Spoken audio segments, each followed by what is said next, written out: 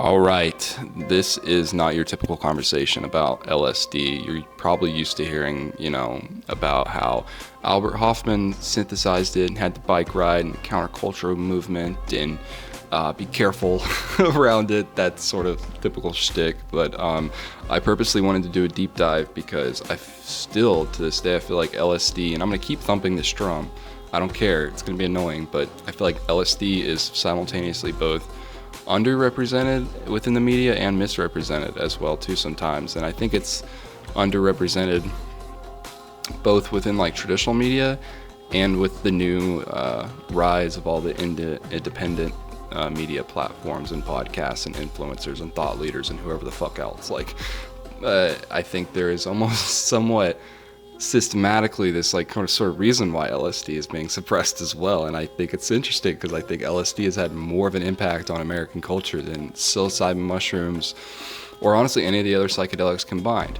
Yet we're not talking about it for some reason, and we're not talking about it at depth. I don't believe either. It's very much the surface level story that everyone knows and passes on, but there's a lot more to LSD than you have been told, I believe. So that's what this podcast is. I brought on my homie James, who's also a fellow acid head. He facilitates psychedelic experiences for people in Colorado. He's been on the podcast a couple times. He's a great dude, but he's also, like I said, a fellow acid head. He's bottled out, and he gets it. There's a brotherhood to it. There's somewhat of this like American spirit to it. So yeah, and we dive into all that here within this episode. I really hope that you enjoy it. If you'd like to go check out James' stuff, I'll leave all of his info website down in the description and the show notes of this episode. And if you haven't already, you should go check out our company, Minnesota Nice Ethnobotanicals. We are going to be transitioning into the new brand name Amantara here soon. So if you're watching this or listening to this at a later date, we might be known as Amantara. But yeah, we sell like 30 plus legal psychoactive plant medicines on our website, all with great ethical sourcing, infused with love. And so yeah, go check us out and use the code Amanita Ninja, all caps, one word, for 10% off of your order. Enjoy the episode. I hope that you learned lots of interesting things about LSD. I feel like in the process of preparing and having this conversation with James, I learned a little bit more about LSD. So that was nice because this compound, this drug has given me so much, and so this is like just a small way in which I can give a little bit back to it, hopefully, So yeah, peace out, much love. Awesome, dude. Let's talk about LSD. Let's do it. Did you take it? Did you happen to take any LSD today?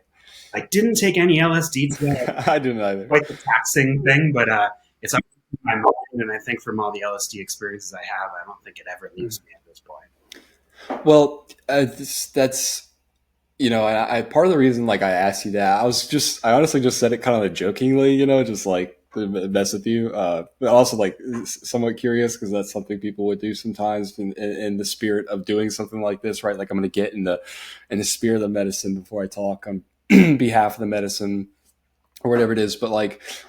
How do you feel about LSD microdosing? Or, I mean, like, there's a whole very complex industry and phenomenon and research going into the microdosing, thing in general. But in particular, what do you think about microdosing with LSD? Because I haven't been subjectively I've never been a huge fan of it myself. I enjoy what I would call mini doses or like half doses in nature sometimes on like a long trail hike with a buddy or something. But even then I'm like, I should have taken a little bit more, What do you think about the microdosing stuff, man? So I think microdosing with LSD is really tricky because I think it can be helpful to take a real microdose, but I feel like there's a threshold where like you could take, if you take maybe like 15 micrograms, it feels like you took a little bit too much. And then there's more body load without all the heavy, beautiful effects that come along with it. So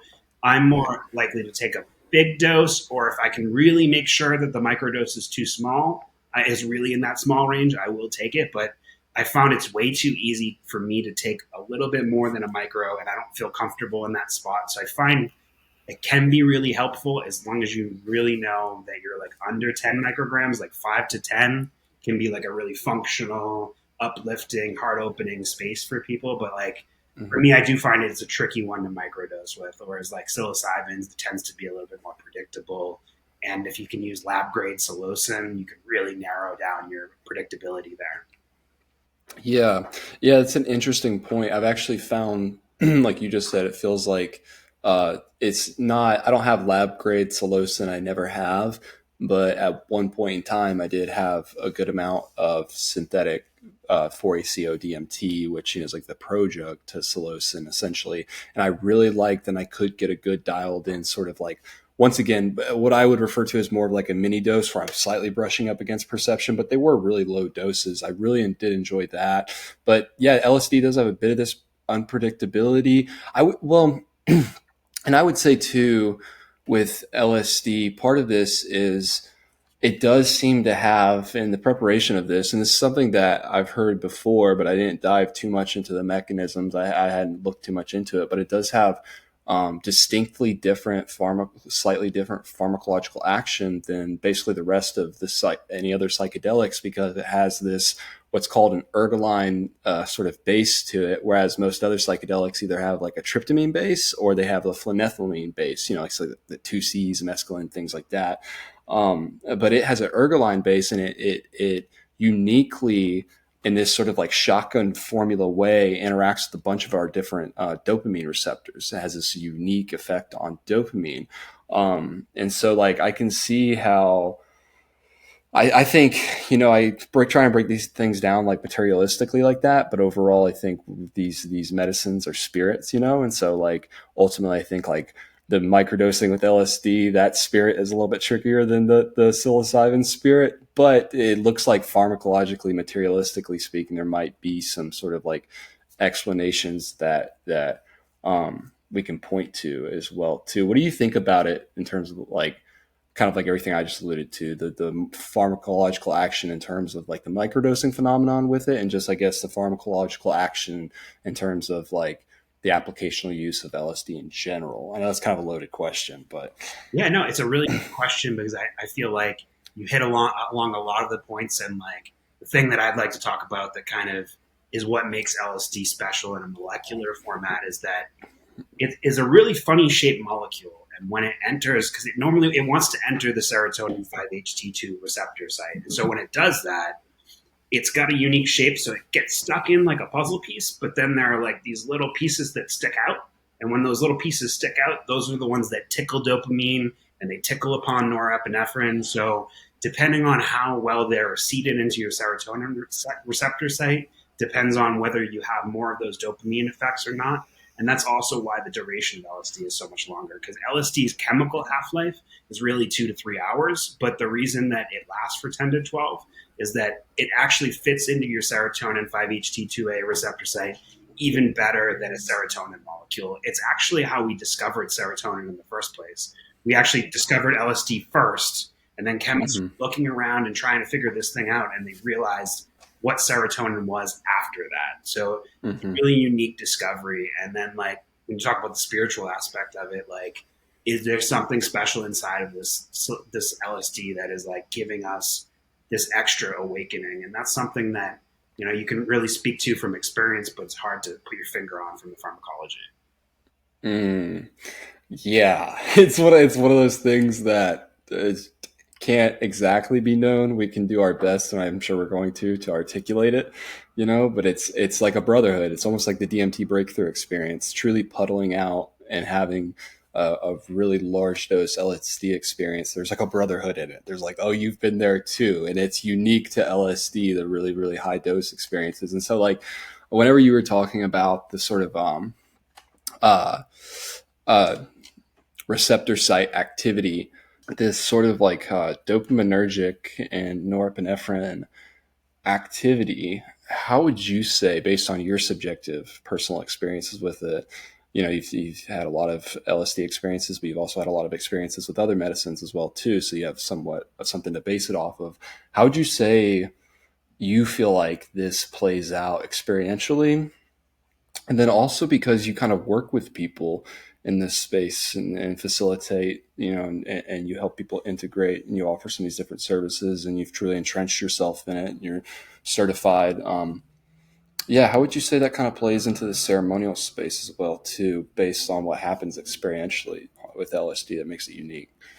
So LSD has a lot of unique characteristics about it, but the thing that I primarily find that makes it more unique and special than working with other medicines in the ceremonial space is that after you come through the initial 2 to 3 hours, which is like that chemical half-life kind of come up time, it tends to be a very clear-headed space, even though you're very much awakened and imbibed into the environment.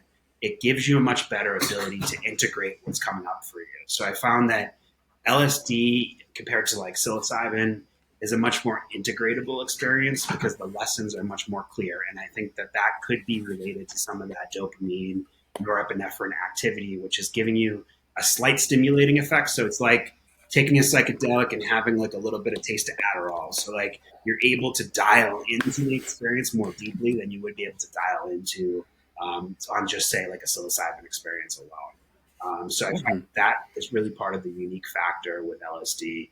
And then the time window is that if you're really trying to work on something in your life, it's giving you a longer time window in an operating functional space. Because I find after the first 2 to 3 hours, then you're in this functional, 7, 8 hours of functional, integratable, understandable space. And I think that's what makes the medicine special. It's also what can make it a little tricky. So it's something that I reserve for people that maybe have some other psychedelic experiences first, or they're really dedicated to trying to get something out of this experience, because at that 12-hour mark, it becomes pretty taxing for people, but they've integrated so much that they're ready to go into that integration stage and really learn from what they've gotten out of their experience. Yeah, that makes sense. And I whenever I was formulating this question and diving into this and knew I was going to ask you about, I was kind of thinking about for myself, ceremonially in this context, what has it provided, and sort of been different for me. I feel so one thing that I found within my deep dive of this was, and it shares a lot of similarities with other serotonergic psychedelics in terms of its effects on hormones, even though it looks like there is some slight differences that have, need to be replicated and stuff like that. But there is this really interesting overall effect on the hormones, right? And one of them in particular is cortisol. And you described this sort of initial period, right? The first few hours, that's it's almost like the make it or break it period. It feels like for a lot of people on an LSD trip, it's all right, we're either going to hit the breakthrough and the aha and fall into that place, or it's we're going to kind of be stuck in this tension for the rest of it. It does seem and that's not a blanket statement, but there is a phenomenon to this, the LSD come up. It's very important. I think there's a lot of factors that influence it and can kind of shape it. But after doing this research, I was okay, I definitely think that the hormonal aspect of this has something to do with this come up feel. If there is this increase in cortisol that they can show, right? And that doesn't always necessarily translate into more stress, right? Sometimes there can be this quote unquote increase in cortisol and increase in stress that's actually positive. It's this, what they call eustress. It's this diving into, it looked like a very scientific way that they were explaining a purge, essentially. You know what I'm saying? You get this window where it's heightened stress, but in a safe way. And it's also paired with other pharmacological action that makes it looks kind of blunts off some of this cortisol. You know what I'm saying? It's putting you into the stress, but then evening it out. So this mirrors experientially what I felt from the LSD experience. And a lot of other psychedelics do share the same phenomena of the come up, but I truly think that the come up is a little bit sharper with LSD most of the time, especially, sort of in the larger doses. And something that I found LSD has served me very uniquely for, that is differed than other psychedelics and within my own personal path, has been, and it's been just on these 2 occasions, but it has rapidly took me out of within a day like rapidly took me out of two pretty bad addictions. The first one that it took me out of was when I was a younger man, around 19 years old, and it took me out of a pretty bad dissociative addiction, like instantly. And I took this really large dose of LSD. It was 13 hits. It was, I was in agony for essentially like a whole day. It was a very bad experience, but it was very reflective, very insightful. And then about a year ago, I had this really large LSD experience where I took 10 hits and I stopped drinking coffee. I had been a lifelong drinker of coffee and I stopped drinking it that day. I felt it. I realized, had this full realization that a lot of the underlying anxiety that I had been working on through various means with psychedelics and meditation and whatever it was like, oh, it's like a big part of this is the fucking caffeine, and you know it, dude. And within a day, I quit it cold turkey the next day. And it sounds like a made up story when I've told other people, but I didn't experience withdrawals, like almost any withdrawals. There was a little bit of fatigue, but not the splitting headaches. I wasn't craving it super hard. I truly felt like I had done this weird reboot to my brain. And I feel like I've attempted this with other psychedelics like psilocybin and things like that. But on these two occasions, LSD has been the one that's provided me with this really radical shift where it was kind of like you said. I think part of it was the long duration. I was able to, in like real time, see it all, digest it all, and then integrate it before the trip had like ever even ended. And then another aspect of this second sort of LSD experience that I had, where I quit coffee, was that I did it for several days in a row. And now this is a very touchy area of LSD that I want to try to articulate properly here. But like, I do think there's something to this. So within certain cultures, and I'm primarily thinking of like something like ayahuasca, but I'm sure this has been replicated in other places. There is an art form to dosing on consecutive days, and this sort of like peeling of the onion layers. And I do think it has to be done very carefully and intentionally with reverence and respect, you know what I'm saying? But I do believe because of LSD's sort of potency and accessibility, it offers a similar potentiality. And that was actually what I did, where I was able to break this coffee addiction. I went in with a low dose on the first day. And the second day I took a really, really large dose. And it was like this kind of like I said, peeling of the onion layers. So, yeah, I know I just threw a lot at you, but sort of like, what do you think about that concept of LSD, the multi-day sort of dosing? And also, have you noticed the same similar trend with like addiction or anything particularly fascinating with its therapeutic potential about LSD? I think it does have a unique way of unpacking things for people, and that can come apart in a lot of different ways. And a lot of times, I think it really works well with behavioral addictions, ones that are not as strongly pharmacologically attached, but like are more mental. But there's definitely a pharmacology to it, like caffeine, for example. Like the addiction to caffeine primarily is a mental thing because it's something we get so used to. There are some physical aspects of it, like some people experience headaches and things, but it's more of the psychological drive that people get so used to using it for a certain thing, and LSD can help you break through that. When you use LSD multiple days in a row, that can become an interesting factor because you do rapidly build up a tolerance to it. So it certainly can be used, but it does require larger and larger dosing to do it day after day. And most people, the limiting factor on that is that they don't have access to enough LSD to continue that on. So from the scientific standpoint, if you take one dose of LSD one day, in order to have the same experience the next day, you need to have approximately 7 doses of LSD. So it's a little tricky to do it day in and day out, but there have been really famous people like Ram Dass. He went upon a retreat where they took LSD, 400 micrograms every 4 hours for an entire month. So what they were trying to do was figure out what that potential of LSD space could be, and they found it, and they found really beautiful spaces that they could be in. But by the time that month was out, he wasn't even Ram Dass at that point; he was still Richard Alpert, and he just needed to find a way to continue into that headspace. So that's when he went to India and tried to got rid of all this stuff, walked around barefoot around India and found a guru because it uncracked this piece of him that he knew was inside of himself and no longer was the medicine the thing that needed to facilitate that, but it helped him move into this new space of understanding himself at a higher dimension. So LSD has a lot of potential for this kind of work. And I think if we can increase availability and, people like LSD being more available now, and then people like Willie Michael putting out the video on how to make LSD, it's going to make it a lot more accessible.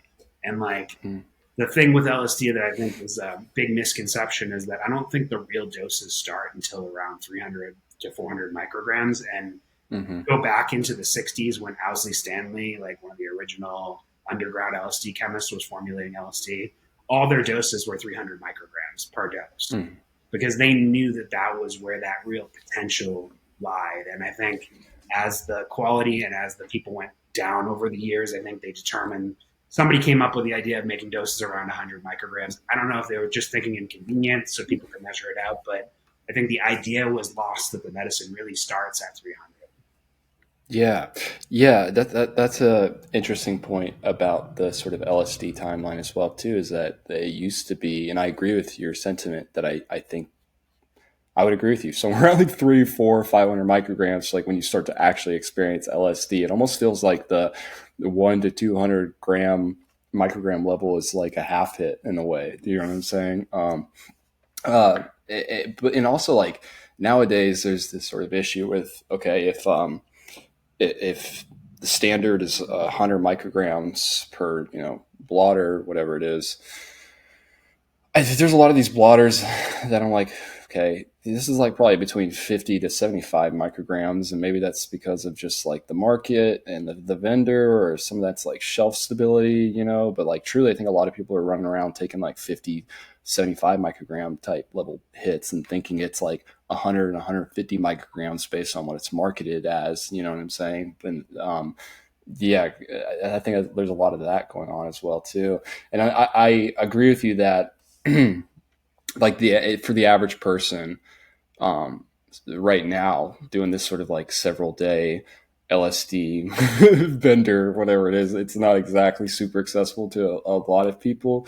But at the same time, I think part of the reason I brought it up is because I do think it's decently accessible to enough people in a way. Like I know it does get expensive based on kind of like you were just saying, pharmacologically, you actually by like the second or third day, you're getting up into a really large number of hits. But, if you're somebody who has, say, $200, $300, $400, $500 to spare for that particular ceremony, you know what I'm saying?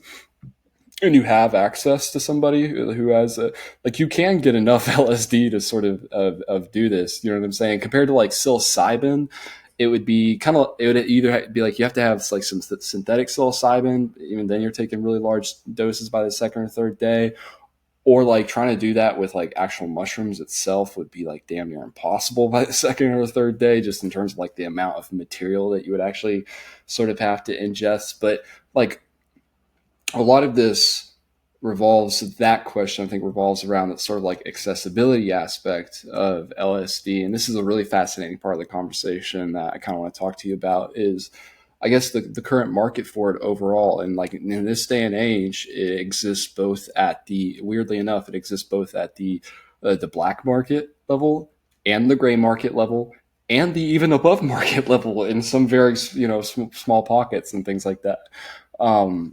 But yeah, could you give us maybe like a quick brief rundown on the history of the black market of LSD, and then like you and I can kind of start to like individually dive into some of these different little sectors of it. Yeah, so it really goes back to the early 1960s. So in the late 1950s, there was a lot of research happening with LSD, and so LSD was getting out into the research world. So there were people like Ken Kesey, who was famous for writing One Flew Over the Cuckoo's Nest, and also famous for driving the Further bus across the United States and giving people LSD. He was initially in one of the studies with the government, and he worked at this hospital as a mental health tech. And he went in after he was in the study. He went in and broke into the locked room, and he stole all their LSD from the hospital. So then he started giving LSD to his friends, and his friends were like, wow, this is really cool. And then there happened to be this guy, Owsley Stanley, who ends up being the guy that backs all the money for the Grateful Dead in the end. But he found a way to, he went into the Stanford library and he read all the books. He started out by actually making some methamphetamine so he could get the money together to get all the equipment to make LSD, because LSD requires a pretty hefty amount of the lab equipment. So he did that. He met somebody at the library that also helped him, and they went and they made the first batch of really high quality LSD. And the first batch that they made, the smallest amount you can make is 10 grams of LSD. So 10 grams of LSD, once you have that, what are you going to do with 10 grams of LSD? It's like the order of like 100,000 doses. So they decided that they were going to throw the acid tests. So they were like these big parties in California. They charge everybody $1 at the door, and they give you a cup of Kool-Aid, and the cup of Kool-Aid had an ungodly amount of LSD in it. And they would just give out these Kool-Aid to everybody coming in, and then this is how the Grateful Dead started. They weren't even really a band yet. They were like a bunch of guys hanging out, and they like invited them, and they were all on LSD. Sometimes they play songs, sometimes they wouldn't. So like this was like part of even maybe like what started like the idea of getting together and doing LSD in festivals. And at that same time when this was occurring, there was also this group of stick-up guys, and they would go around and rob people and take their stuff. They just at gunpoint. And these guys, they went to, in the Hollywood Hills, they heard about some guy that had LSD, like a rich like movie producer guy, and they went and they robbed him, and they just stole his LSD. They didn't hurt anybody, but they went in there and they stole his LSD. And when they did that, they all came back and they took like 1,000, 2,000 microgram big doses, and then they at the end of that night when they took the LSD, they threw all their guns away. And then they decided that they wanted to do things that were good to change the world. So at that point, they got connected with this other LSD background with Owsley. And then because they were already smugglers, because they were criminals, and they were smuggling hashish from the Middle East in surfboards back and forth to the West Coast. So they had some of this idea about how to move drugs. And then this moved on after Owsley got busted, because it was 1967. California was the first to ban LSD, it was 65 to 67 in there. California was the first state to ban LSD, but it was still legal in the United States. So they had a lab in Colorado where they were making some of it, but Owsley's tableting facility got busted. So he went to jail, and there were these two other chemists, Nick Sand and Tim Scully, and they were the chemists that created Orange Sunshine. And Orange Sunshine was the late 60s, early 70s. It was the best high quality LSD that made it all around the world. And they were making kilo quantities at that time. So this is really when LSD started to go global and underground. So what they would do is they would stuff the surfboards with LSD and send them to India, and they would go and get Nepalese hash. They leave the LSD over in Goa in India, sell it, that got sold there, and now the hash came back in the surfboard. So that's what started the international LSD trade. And at the same time, this is part of what the government doesn't like about LSD, is that they had also sent a lot of it to Vietnam to influence the soldiers to not listen to the government and make them kill people and do things. So there was like a lot of subjugation going on in the background, but like that was like the basis of what started that underground LSD trade. It really started Owsley making the first good batch. There were a few people making batches around, but there's a last step in the synthesis of LSD where you have to put it through gas chromatography, or you only come up with a 50% pure product because half of it will be more LSD. So Owsley was the first person to figure this out, and then he passed that knowledge on to Tim Scully and Nick Sand, and that really is what set off the LSD underground. There were only a few other people up until recently that really were making the LSD in the underground. William Picard was another really big LSD producer, and he got busted in the missile silo in Kansas back in 2000, and he spent 20-something years in prison, and then he got out during COVID for compassionate release, and I actually got to meet him at the Psychedelic Science Conference in Denver this year. Yeah, it was really cool full circle to see how this medicine has changed so many people's lives, and then how it also hurt people because of the way that the government has prohibited it. Yeah, absolutely. And like the entire story has been this like explosive way. You know what I'm saying? It's always in this, and that's like the thing that I think a lot of people like.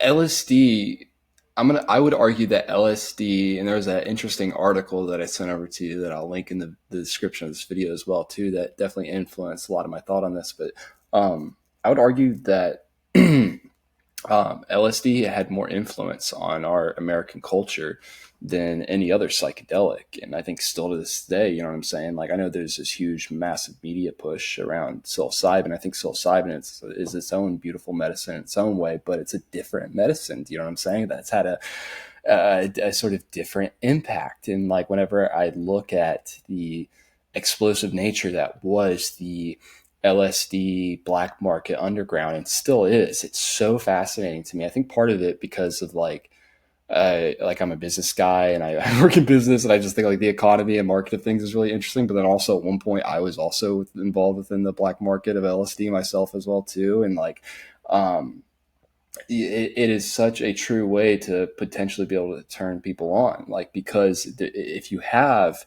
and don't get me wrong, there's a lot of things, especially in this day and age, that have to come together, an interesting alchemization of things. But if you have a small team that has the right resources, they can fucking turn on the world. Like, they can produce millions and millions of doses. You know what I'm saying? Have you ever heard of the hippie trail? Yes. Yeah. Yeah, the hippie trail is actually what those guys, that group of guys that were the stick-up guys, they were known as the Brotherhood of Eternal Love. And they were actually, because of their hash trade to India, that really is what turned on that whole hippie trail onto LSD. So the hippie trail was really like people from England and Europe that went across the Middle East into India, and a lot of them really got and settled into Goa, and eventually that's what made Goa trance, and that's where psytrance comes from, is that they would have these beach parties and LSD was there, and this new creative forms of music came out of that. But it really all stems from these guys, the Brotherhood of Eternal Love, and they're making the LSD in kilo quantities, and they just needed to find a way to move it, because once you have that much LSD, that's just, you have millions and millions of doses. And up until, guys like Nick Sand got busted in the early like he passed away a couple of years ago, and Leonard Picard, Leonard Picard was making 1 million doses of, 1 kilo of LSD every 5 weeks for years. And they would move the lab every year or so across the country to different spots so it wouldn't get too hot. But at that point, you just have so much LSD and so much money to move around. And I think that's all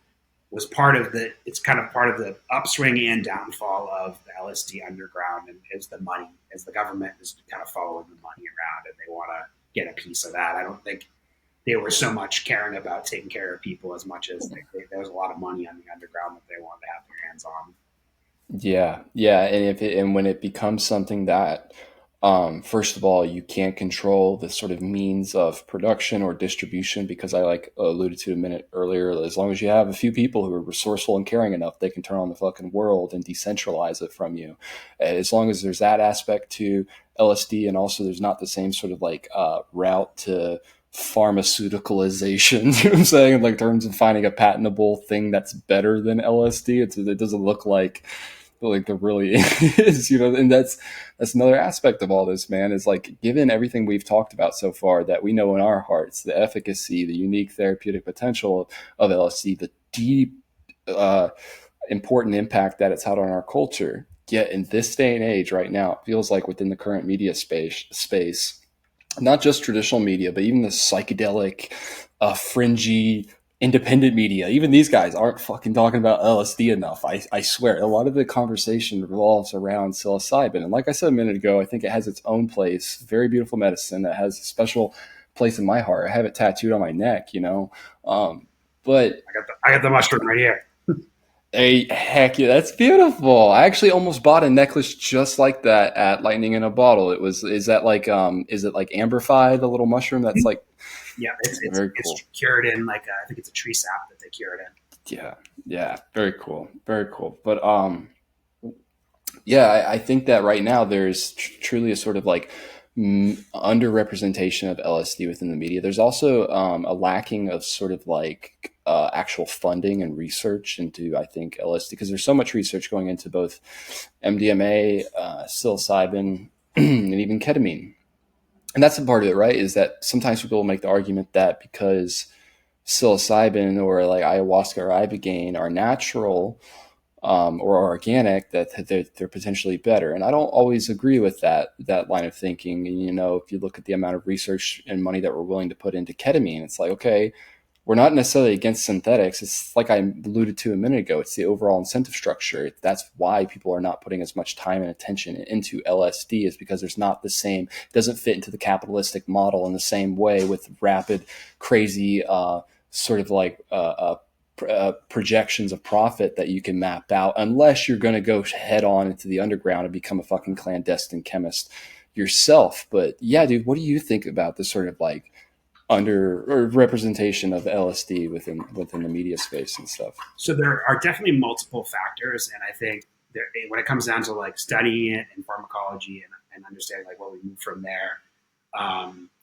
there's like a few points. So LSD, it's open source. So if you use LSD itself, you can't patent it. It's out of the box.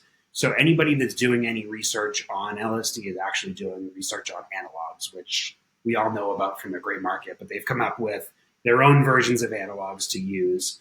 But I think some of it is that it's long duration. So like if you're going to do clinical testing, it costs a lot more to do clinical tests on clients that are going to be in that space for that much longer. So that's part of it.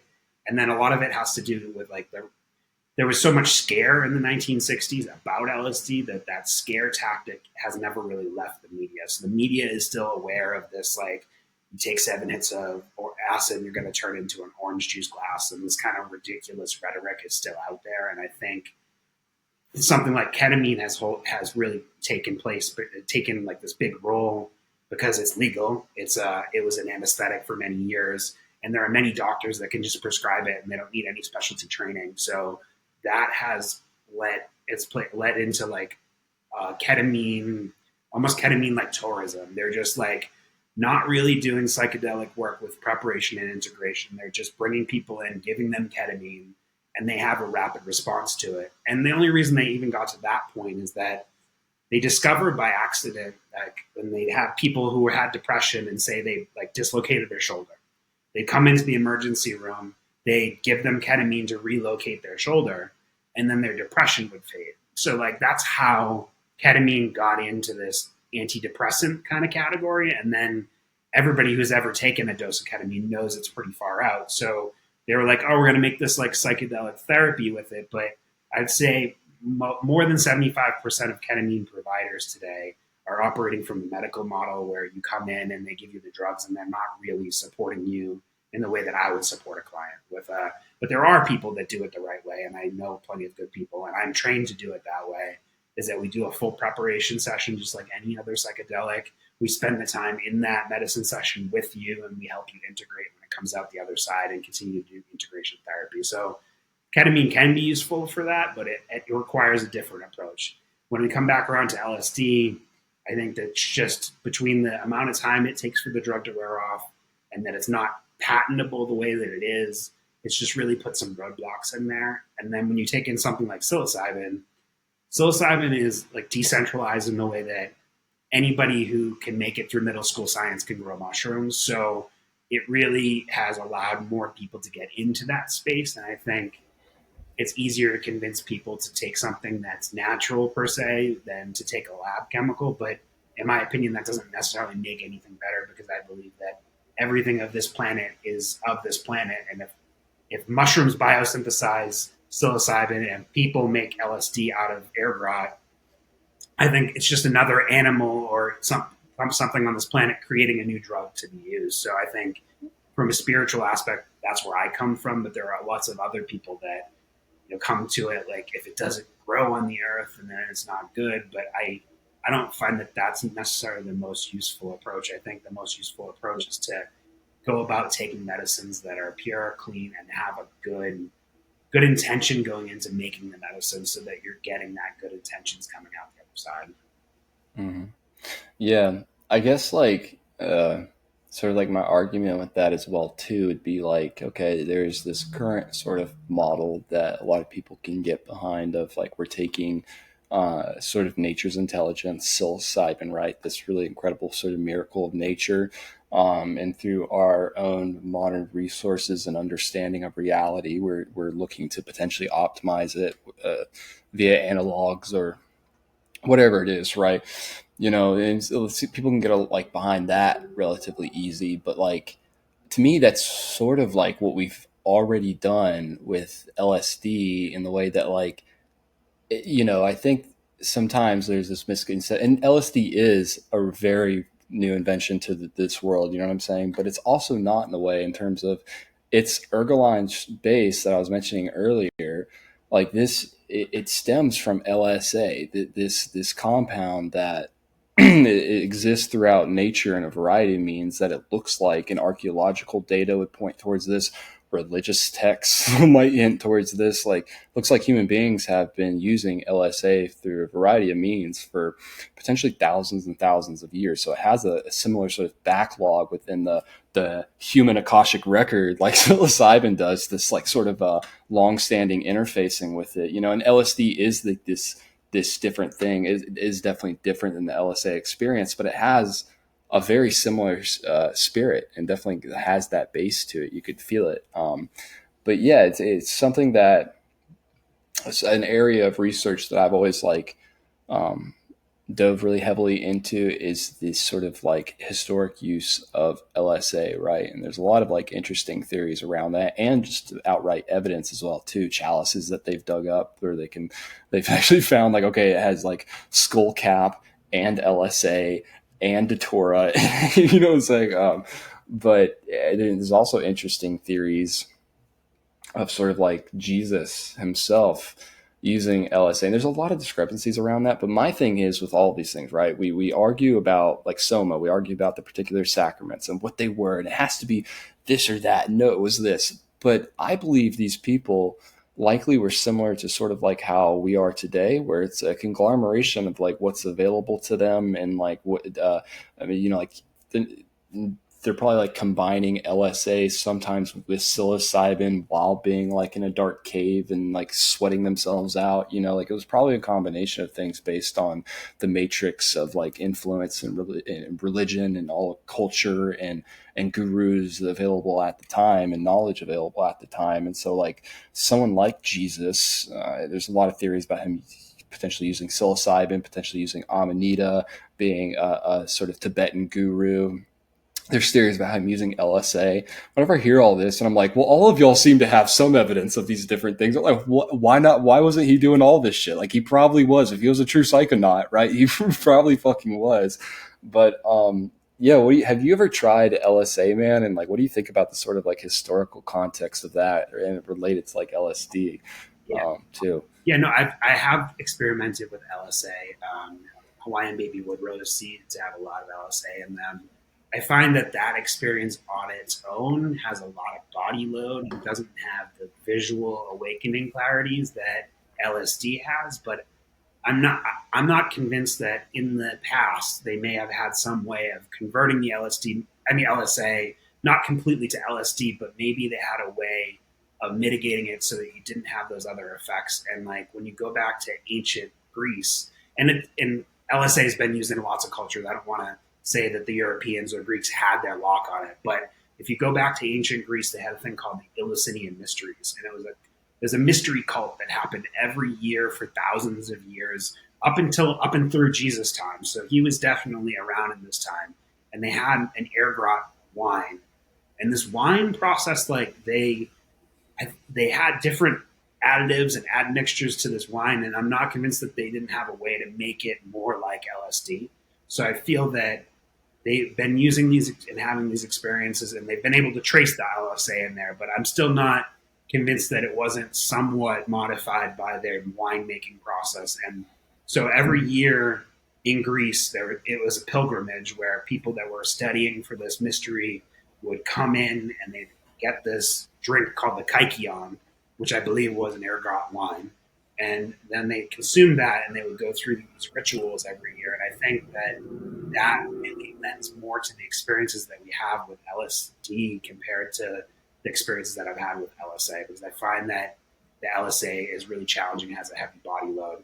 and particularly too, like if you take ergot, and there were a lot of ergot poisonings would happen in Europe when rye grains would get, if the season was too wet, the ergot would grow too much on the rye grains, and then people would get this ergotism, and then it would cause hallucinations, but it also causes vasoconstriction, so people would like get gangrene in their limbs and they could die from it. So ergot and LSA on its own in high doses can be dangerous because of this vasoconstriction, and that's why I really believe that they must have had a way to make it less dangerous, because these people for thousands of years would do this ritual. So I believe that they just had a technology that we lost and right. passed on. Like our lineages, I mean, when the libraries of Alexandria were burned, we were probably set back 2,000 years in all the knowledge that we had. So we may have been able to keep that knowledge if those libraries weren't burned. And like cultures like in the Amazon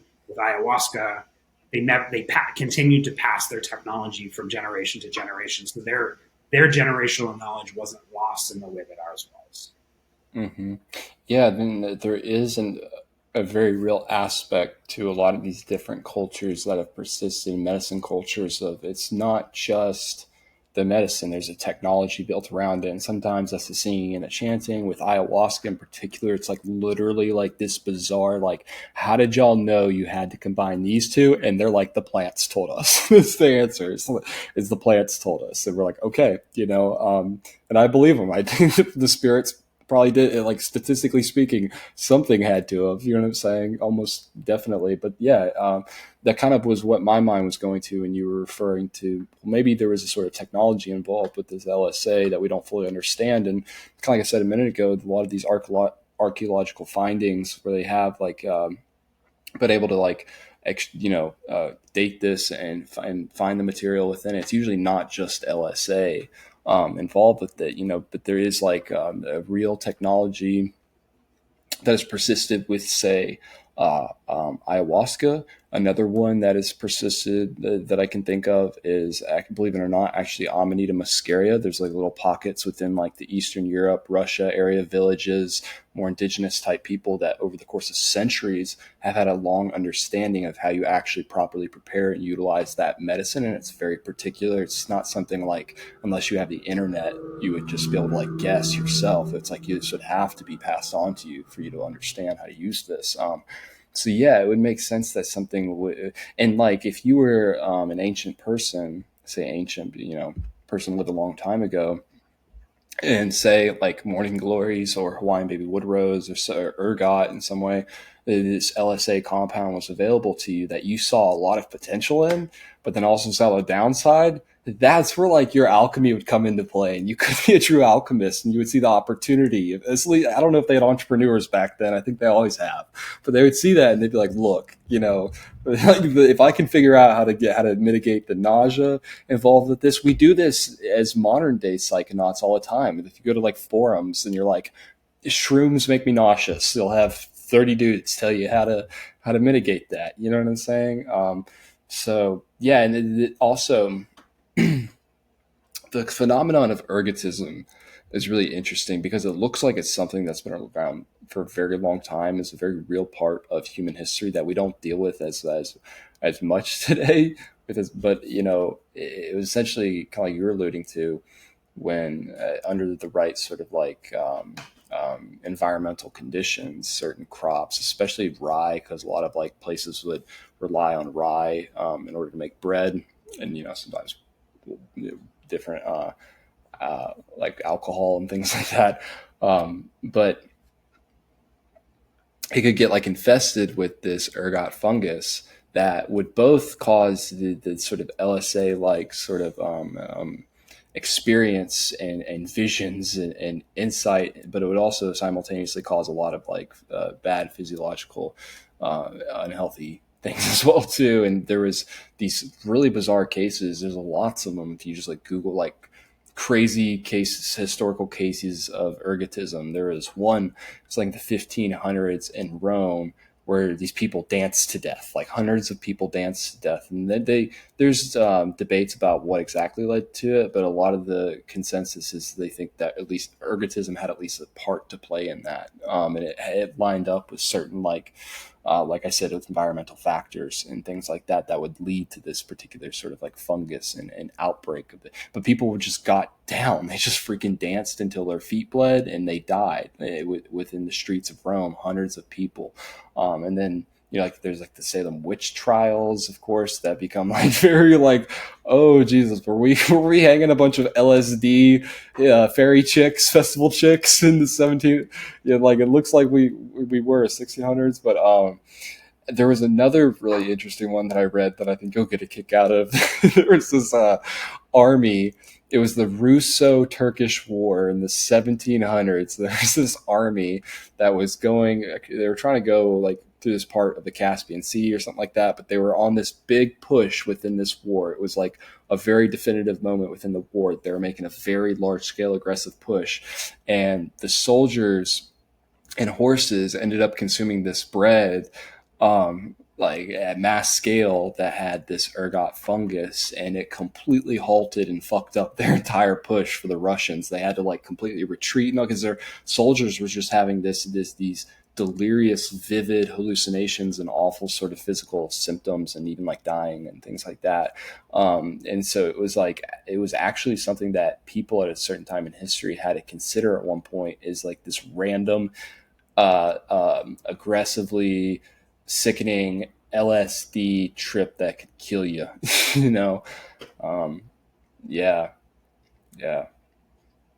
And if you think that's interesting, I say that, right? Because if you think about, I'm just like thinking about this out loud. If this is something that's been around for a lot of human history, this phenomenon, maybe that is some way embedded itself into the collective sort of consciousness around the LSD molecule in general, and LSD in particular, because there is sometimes and I know there's different media, a lot of different aspects why it's happening right now, like we've unpacked, but maybe there is also like kind of this stored collective trauma around like the ergoline LSA, you know what I'm saying? Like headspace, in terms of, for a long time, it was like unpredictable and fucking you didn't know when it was going to happen to you, and it killed people, and also people got hung for it. Yeah, maybe that's somewhat, transferred into our modern day, like energy around it as well too. It's a weird thought, but no, it's not a weird thought at all. I mean, Albert Hoffman went into the experiments of trying to make LSD knowing this. This knowledge was what he knew going into it, and he knew there was potential in that. I mean, he wasn't looking for a visionary substance when he created LSD, but he was aware of all these implications that had occurred in the past. And I think this knowledge of this happening kind of coincides with when people changed from being hunters and gatherers and became farming cultures, is that's when this started to occur more. So it's been ingrained in the modern human psyche since we started farming, that like these things would have potential in them, and we didn't necessarily know how to harness them. And I think the ancient Greeks, like they looked at it too, and that's where they figured out this kykeon, this like ergot line. I think they figured out a way to break it down in a way that you could take it and have more of the psychoactive effects. So like it's really been ingrained deeply in that cultural matrix that we're like really digging into this collective consciousness where we knew there was something there, and it was something to be found. And I think that got channeled through Albert Hoffman and his experiments, and like it helped us understand where things went. And even just recently, we learned that morning glory seeds and Hawaiian baby wood rose, the reason that they have lysergic compounds is that there's actually a fungus inside of the seed, just like it's not ergot, but it's a fungus that produces mushroom. Yeah, it's a fungus. Oh, I have seen that. My business partner sent that to me whenever that broke, and me and him were tripping out about it. Yeah, I can't believe I didn't even consider that for this conversation. That's a really good, interesting, relevant new news. Yeah. The mycelium is in the planet there, and it's communicating in all sorts of ways, and that comes through in this way too. Yeah, dude. It's and like another thing that kind of like stuck out to me within this LSD research and exploration is that So the first one originally was the Native American church that was made as a protective barrier so that Native American cultures could continue to use peyote. Then, there was complications of like the drug war. Then they quickly were like the first to kind of get exemptions. But ever since then, there's been this thriving, very interesting, complex spectrum to these entheogenic psychedelic churches all throughout the United States. Some of them have existed around like psilocybin and cannabis. A lot of exists around like ayahuasca and incorporating those indigenous teachings and matrices into them. You know what I'm saying? But LSD, there's not been a single LSD church, even to this day, that has gotten the same sort of levels of exemptions. And mind you, overall, there's only been a few that have actually gotten the quote unquote exemptions. And there's arguments about how valid these exemptions even are, right? But it looks like LSD has been one that in particularly has gotten quickly shot down and gotten a lot of like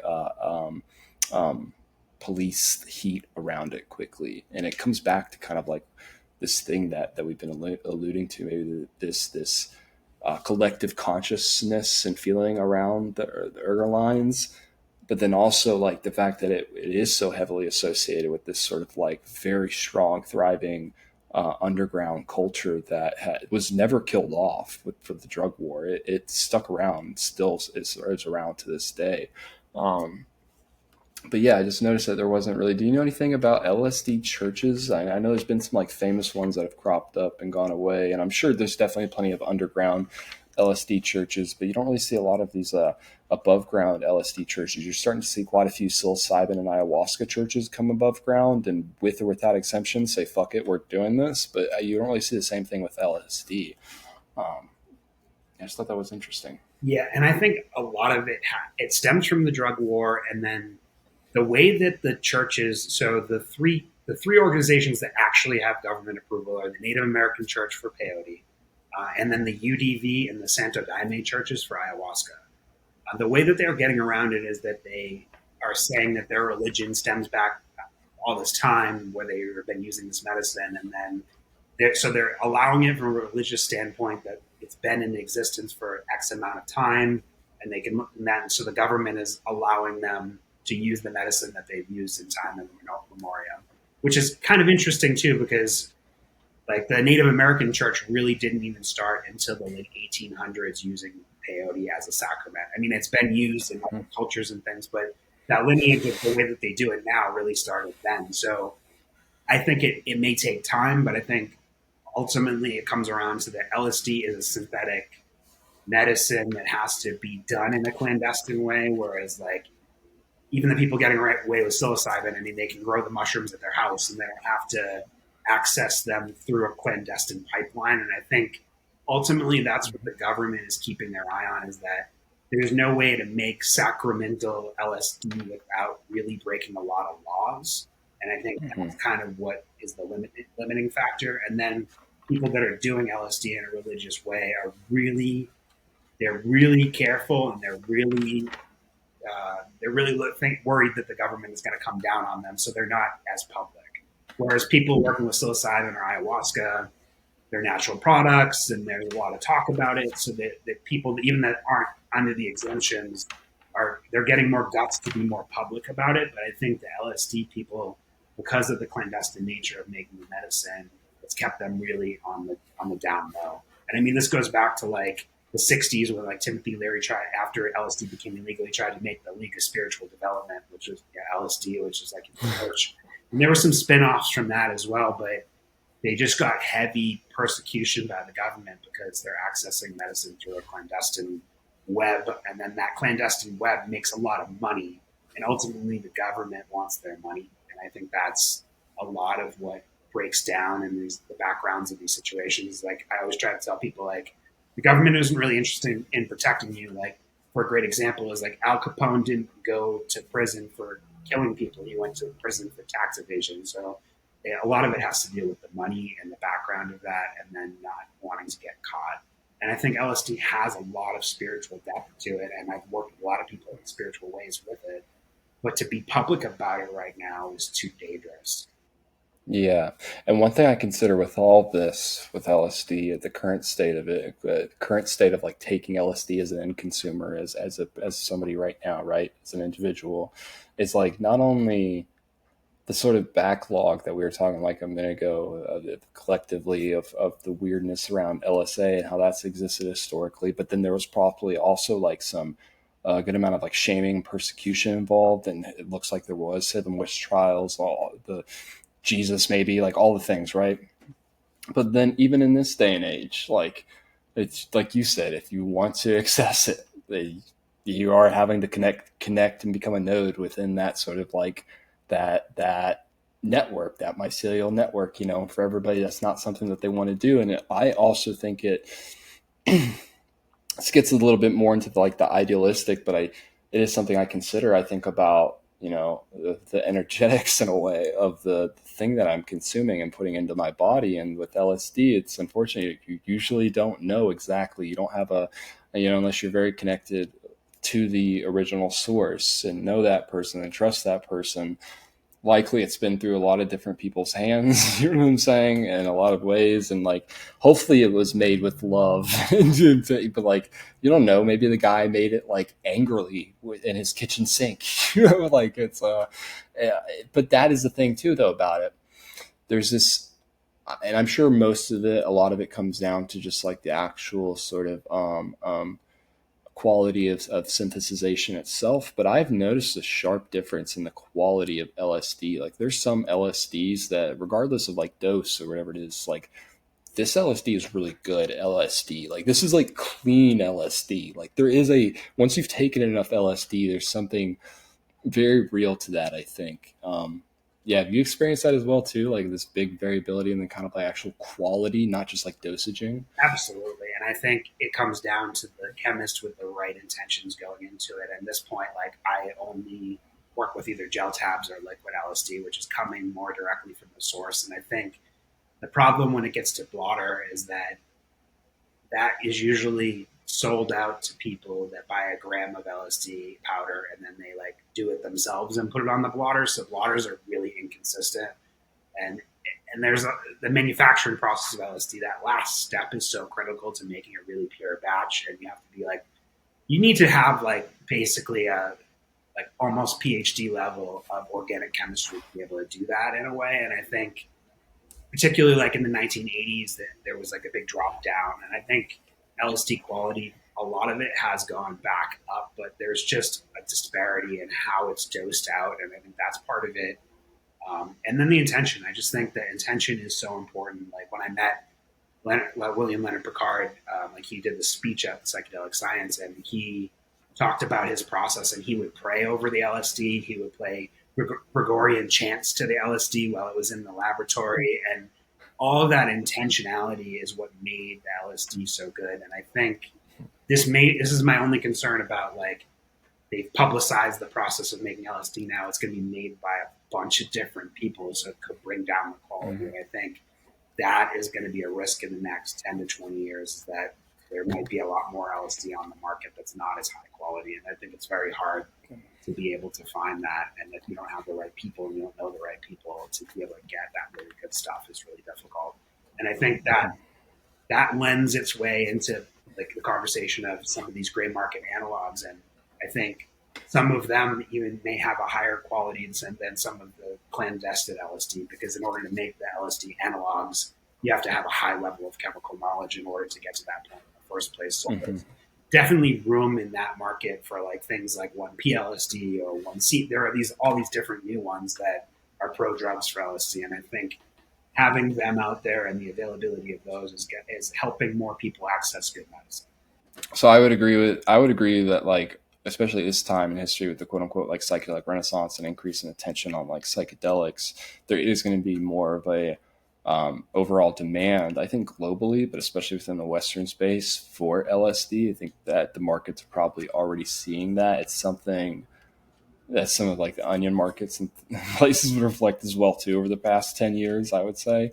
But yeah, there is going to be a lot more demand. And because of that, people are going to want to supply. So there probably is going to be a lot more players, especially if there's that in combination with the access to information in order to be able to sort of synthesize, So it's going to be, and I think where people, well, at least what I have done or what I've learned through trial and error over a long period of time is if I find a good source, stick with that person as long as I can. If they disappear or whatever it is, or not available anymore, I heavily rely on my own network of people and being like, hey, do you have a good source? You know what I'm saying? Like, can you stand by this particular LSD? I think that's a decent, okay way of going about it. It's not perfect, but it probably is going to become more complex for consumers over the next 10, 20 years if there's a influx and an increase in just the amount of people actually making it. But I do think that the gray market is also interesting.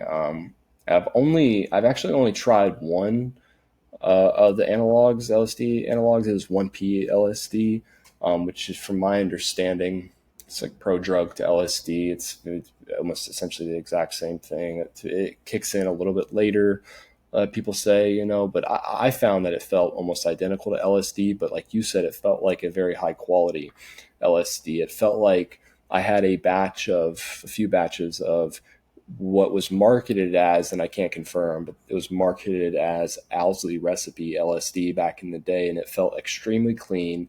It felt like it had the spirit to it. And the 1P that I tried was actually very similar feeling to the Owsley recipe LSD, believe it or not. But yeah, I think that the gray market both offers people sort of like safe accessibility, right? But then I wonder, like, what is there potentially, have you tried some of these other LSD analogs, and do you see a whole lot of potential in some of the other ones qualitatively, experientially? Yeah. I find that, I've tried 1P LSD, and I agree with you. The experience is nearly identical to good LSD. However, it does take a little bit longer to kick in. But from my experience with ALAD and FLAD, which were LSD analogs created by Sasha Shulgin, wonderful guy that reintroduced MDMA to the world, his version, so the ALAD, it's got a much better visual content to it, but it's less cerebral, it's less heady. So like you can go out and experience stuff beautifully visually without getting really stuck into a head hole of it. So I thought that is unique. And then its cousin FLAD is kind of the opposite. It will put you into a really deep thought-based space, maybe a little bit less visual, but the intensity of the process is much deeper. So I think, like, if you're trying to really dig into something that's in your subconscious, that one could be a really great one. And like that ALAD is really great. Like if you want to like go to a concert or experience like being around people, but having all the visual and the beauty enhancements of LSD without necessarily getting sucked down a rabbit hole. So like there definitely are different potentials in some of these gray market LSD or LSD analogs. And some of them are just like 1P was just created as a way to bypass some of the laws to get it out there more, which I believe is a great thing too. But I think that by channeling this chemistry knowledge and adding different parts of the molecule and changing the shape of this molecule, it does have different therapeutic potentials that will have to be investigated further. Some of the clinical studies, I mean, all the clinical studies in the United States for LSD are not LSD. They're all analogs of LSD. So they all have slight differences in the way that we're studying them. So it really makes some of the data is skewed because it's kind of hard to compare their data with what's going on in the real LSD community because it's not actually LSD. It's another analog of it. So there definitely are some places to explore with this. It's just some we have to do a lot more research with, but I think they all have great potential. And then like all psychedelics, the dosing changes how they're going to impact you too. So whether you take a larger dose, it could change how these little minute differences are. And I think that everything can be achieved with regular LSD that all these analogs can go into. It probably just has to do with dosing level. Okay. Very interesting. Yeah, I've definitely read some different reports on the different analogs and stuff. I was curious about your subjective experiences with them. The ALAD thing I'll take note of, and the FLAD.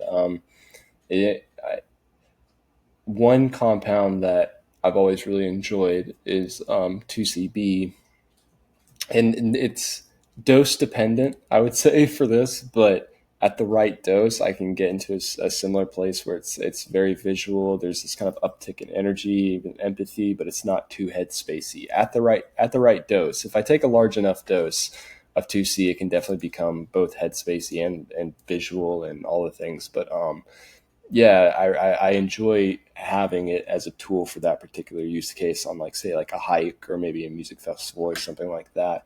Um, but yeah, I'll definitely take. I think I'm gonna try. Yeah, I want to that is experiment with Alad. exploring that and exploring FLAT is definitely worth it. The other thing, like I love 2CB as well, and I think the thing that makes it uniquely special is that it doesn't set you up for a tolerance for LSD or psilocybin. So if you're gonna do like a music festival, you can take like 2CB on like the first day, and then you can take LSD the next day, and it won't. There's no cross tolerance. So, and especially earlier we were talking about doing multi-day sessions. Like that is tends to be my approach. I like to do 2CB on the first day of the session, and then the next day it could be LSD, or I also really enjoy LSD and MDMA together. So starting with a 2CB day to like warm your energy into it, and then be really intentional the next day of how you use LSD and MDMA can be a very beautiful arc of the experience. I love that, dude. That's me and Buddy were just recently talking about this. It's one of our favorite use cases for 2C is this sort of onboarding ramp. And it can either be done kind of like you just described, like, and I've done that exact thing that you just described, where it's like the first day at the festival is 2C, and then the second day I'll start dipping into some of the LSD.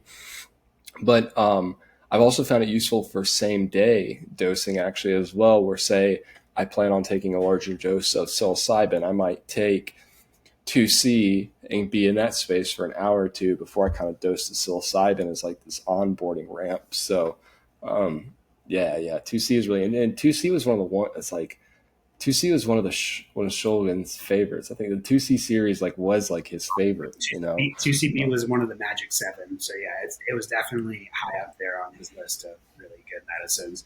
I also like 2CI. It's not as widely available, but it's also a beautiful medicine too. Yeah, well, maybe that's what our next discussion could potentially be about, is a deep dive on 2C series overall, but 2CB too.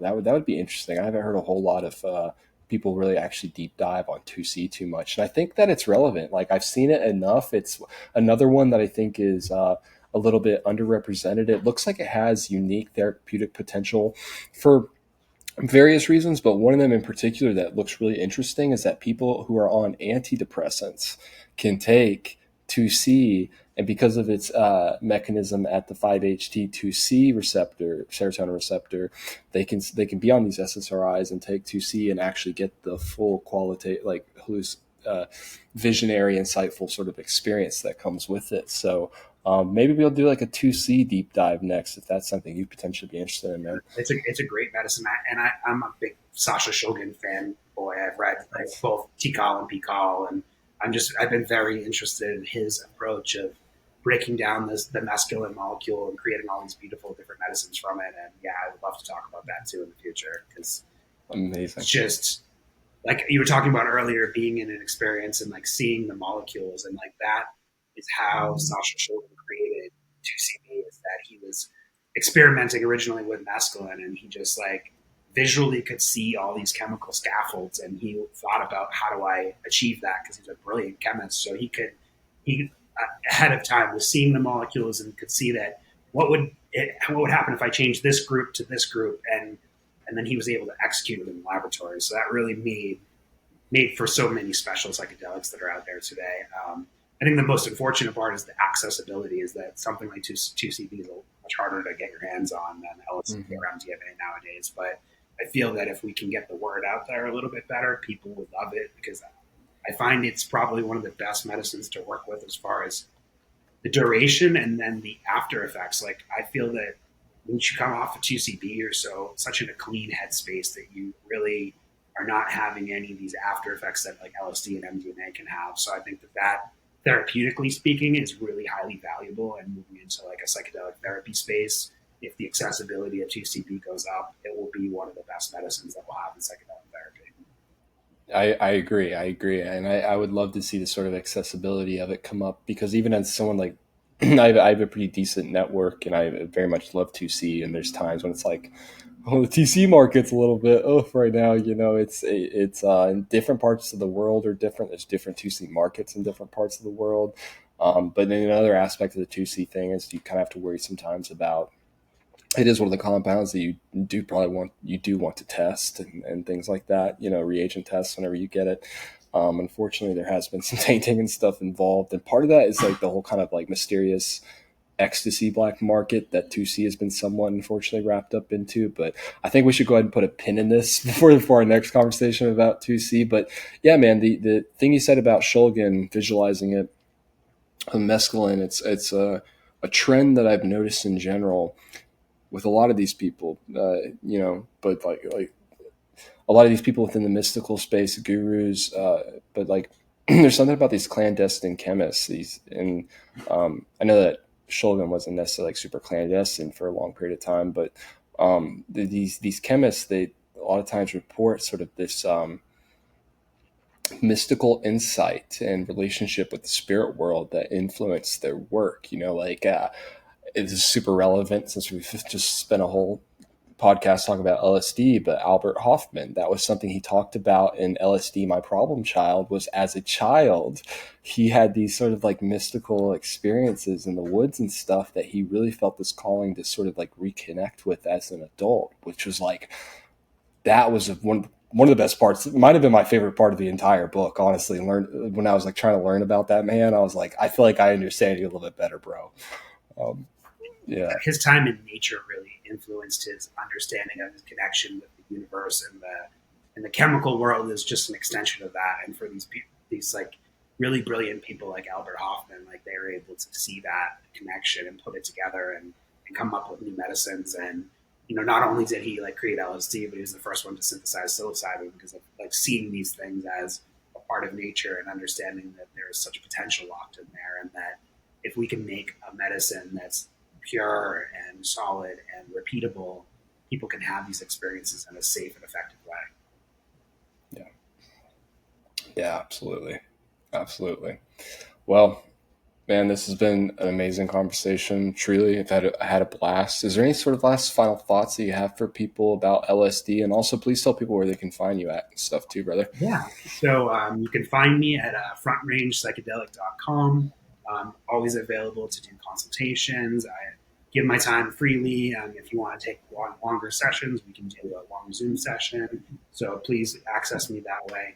And then my final thoughts on LSD is that I believe this medicine is one of the most powerful, life-changing medicines that we have, and deserves to be used responsibly. And moving forward into a therapeutic space, we need to find ways to make this more applicable and make it more accessible to people. So I'm available to have these conversations and help people through these spaces.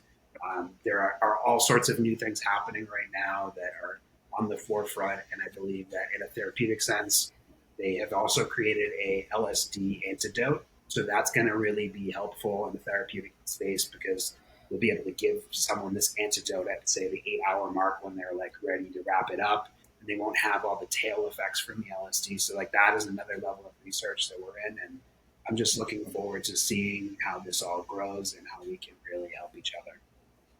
Yeah, absolutely, brother. I'll make sure I put all of James's information and stuff like that down in the description so that you can find him. Like I told you before we started recording this episode, this came from a place of just earnestly wanting to understand more about this molecule and spirit that I feel like has given a lot to me and to us as a collective. And whenever I had that thought and I started jotting stuff down in my Google Drive folder, I was like, who am I going to talk to about this with? Should I make it a solo cast? Like, I was like, James. It came to me so quickly. I was like, James would love it, and he could just rip it. He understands LSD. I know he does. And so, yeah, it was perfect, man. It lined up perfectly, and I can't wait to have you back on and talk about the 2C stuff. It's going to be awesome. I look forward to our next time talking together, my friend. It's always been a good experience with you, and I love your perspective from someone who's in the younger world of this that really has their hand on it. It's really important that people like you and your generation grow into this space together. All I appreciate that, brother. I really appreciate that. I think what's really, really important to me is like my network and family and tribe that I've built. And I consider you a very, very beautiful part of that. So, yeah, brother. Yeah, dude. Much love. Peace out, guys.